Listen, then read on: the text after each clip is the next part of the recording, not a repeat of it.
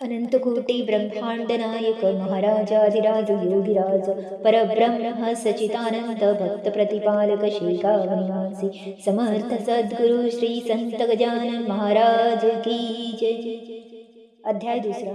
श्री गणेशाय नमः। लांब लांबहून भक्त येत पंकटलालाच्या घरी जात समर्थांचे दर्शन घेत मनोभावे श्री गजानन महासंत बसले आसनस्थ होते आपल्याच आनंदात। सकाळचे वेळी सूर्य होता अंबरी, अवगत पक्षी होते किलबिल करीत, कोंबडे होते आरवर सुप्रभाती, थंडगार सुटला पवन, वृद्ध अंथरुणावर बसून करीत होते नामस्मरण दयाळू प्रभूचे, स्त्रिया अंगणात होत्या सडात घालीत, गोवासरे होती करीत स्तनपान, अशा त्या रम्यवेळा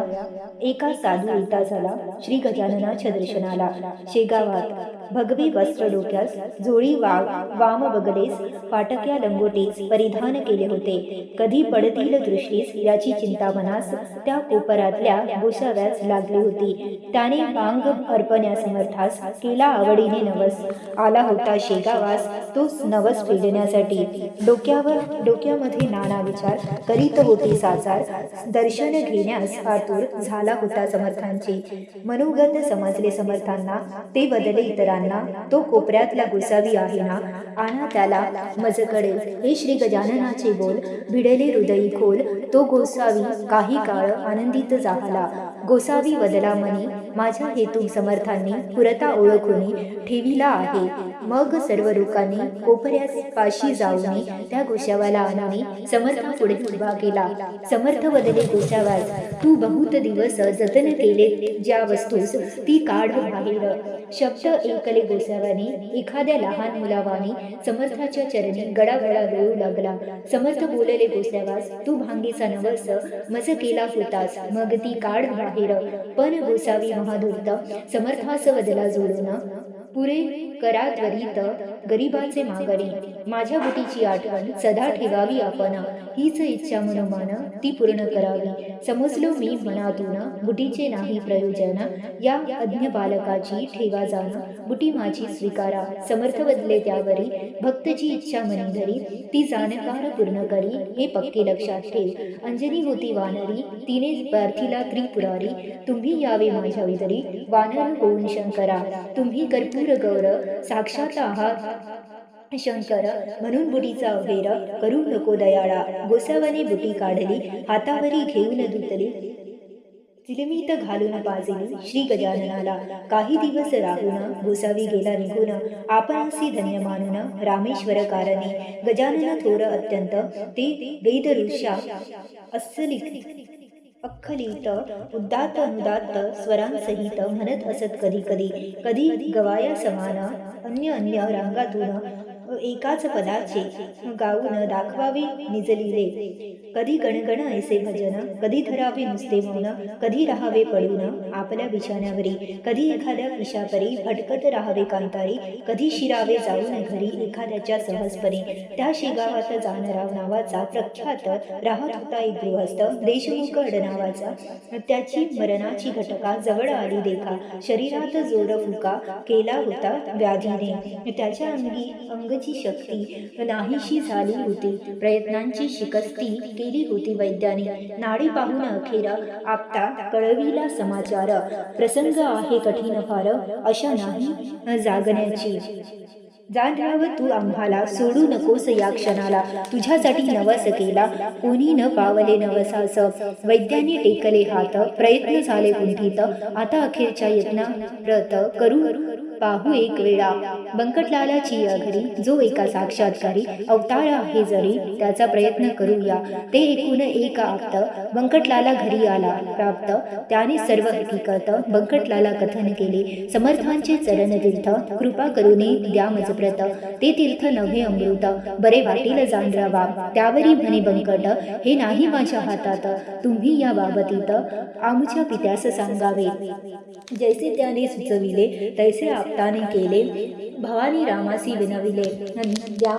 या तीर्थ समर्थांचे भवानी राम सज्जन होता अत्यंत दयाळू पूर्ण दुसऱ्याचे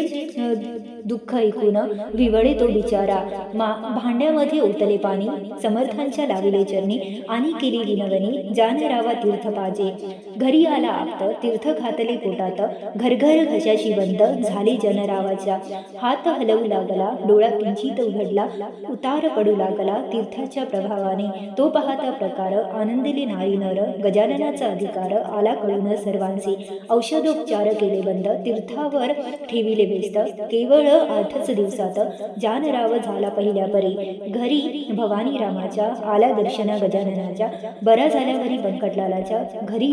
भंडारा घातला श्री गजाननचे सानिध्य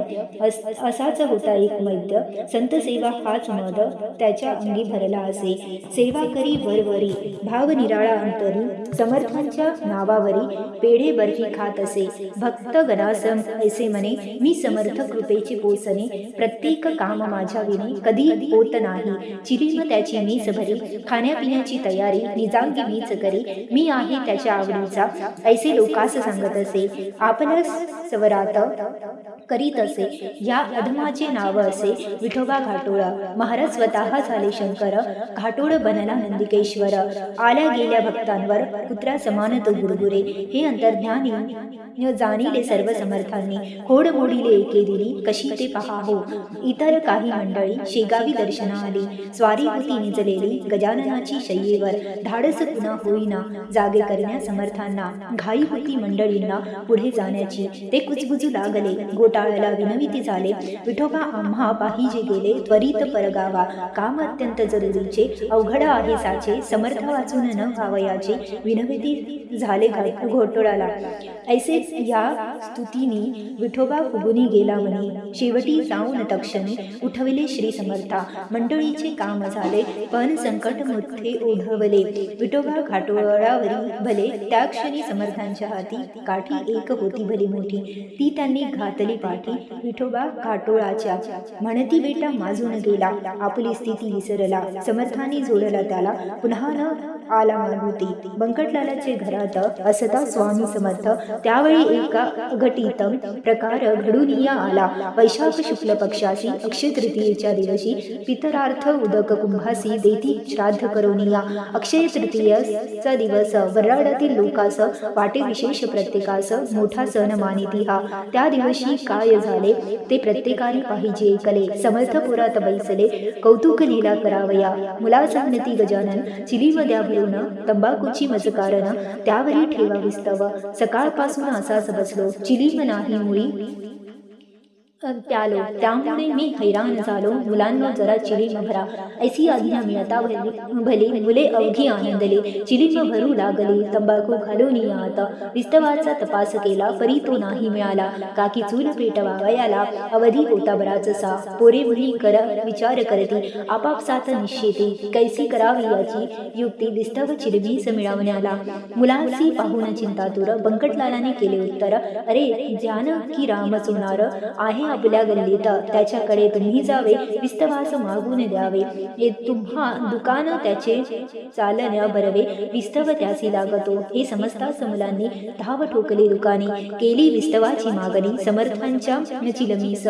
जानकीराम रागवला मुलांना बोलता झाला अक्षय तृतीयेच्या सणाला मी न कोणा विस्तव देत मुले बोलली त्यावर जोडून आपले कर नको करू तू अविचार विस्तव दे गजाननाला तू समर्थांच्या चिलमेला देशील जरी विस्तवाला भाग्य तुझे उदयाला येईल त्यांच्या कृपेने ते सोनारे न एकिले अद्वा भाषण केले त्या गजानन साधूविषयी भले मजला काही सांगू नको तो गांचा तंबाखू उडतो गावामध्ये नंग फिरतो वेडे वेडे चाळे करतो साधू कसला भोंदुतो जातपात नाही त्याला अशा तुमच्या वेड्यापिशाला साधू मी मानण्याला मुळी तयार नाही बंकटलाल वेडा झाला त्याच्या नादी लागला मी त्याच्या चिरमीला विस्तव नाही देत जा तो सर्वसाक्षी आहे परमेश्वर मग विस्तव कशास पाहिजे तर आपल्या कर्तृत्वे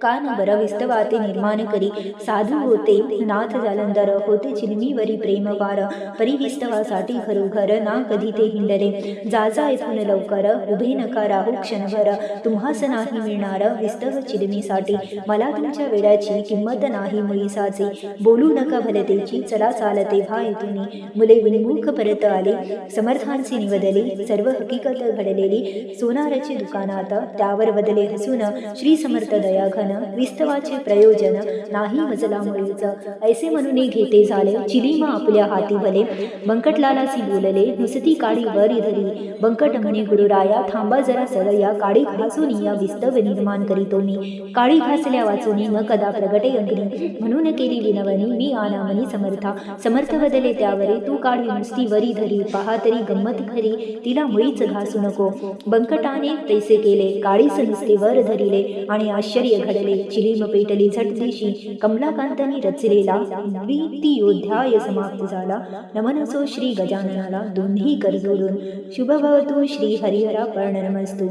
इति श्री गजानन भक्ति विजय ग्रंथस्य द्वितीयोध्याय समाप्त अनंत कोटि ब्रह्मांड नायक महाराजाधिराज योगिराज परब्रह्म सचिदानंद भक्त प्रतिपालक श्री गावनिवासी समर्थ सद्गुरु श्री संत गजानन महाराज की जय गण गण गणात गोत्र